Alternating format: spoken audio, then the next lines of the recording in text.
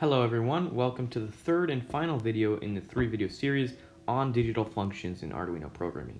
This video has a particular emphasis on DigitalWrite, and we're going to be covering everything from how to use it in your programs to even looking at an example as you see pictured here on the right. So without further ado, let's get started. So just as the purpose of digital read is to read a value of high or low of an input, the purpose of DigitalWrite is to assign a value of high or low to a digital pin, specifically an output. Effectively, they're opposites. So if we write this down, the purpose of a DigitalWrite function is to assign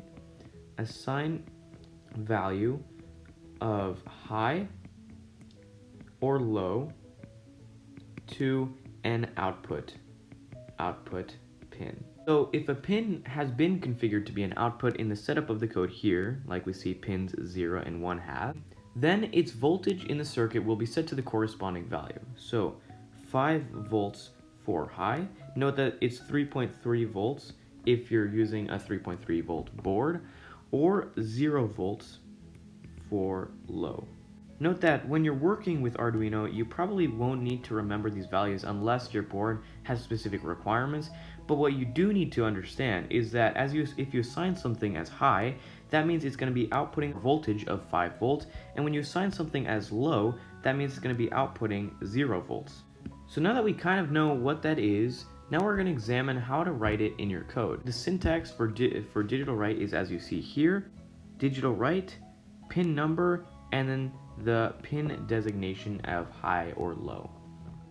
So to give you an example of a context where I would use the DigitalWrite function, if I'm using a circuit and there's an LED connected to digital pin 5 on the microcontroller, in a very simple program, if I wanted this LED to blink, I would configure it as an output in the code setup as I did up here, and then I would simply write DigitalWrite, as you see here, DigitalWrite. Keep in mind that it's camel case, capital W, apologies for that, DigitalWrite, pin number, pin, which is in this case 5, and then the designation. And if I wanted it to blink, I would write high, then a delay, and we haven't gotten into time functions yet, so I'll leave that for another video. A delay, and then I would write DigitalWrite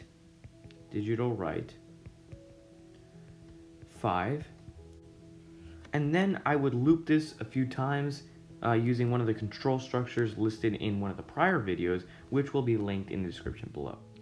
Let's look at an example now from my personal code. So just for ease, I'm going to erase all the annotations so far, and so we can start with a clean slate. In this fragment of code, I first declare pins 0 and 1 as outputs. As you can see here with the single line comment, pin 0 is a green LED while pin 1 is a red LED. And then down here in the void loop, I use the DigitalWrite function to send current to the diodes when appropriate. So right here, I wanted to send current to the green LED, so I set the green LED to a value of high. Whereas with the red LED, I set that initially to low, and so that's how I got the green LED to blink, because down here, it's specified as low, and then I repeated that a certain number of times.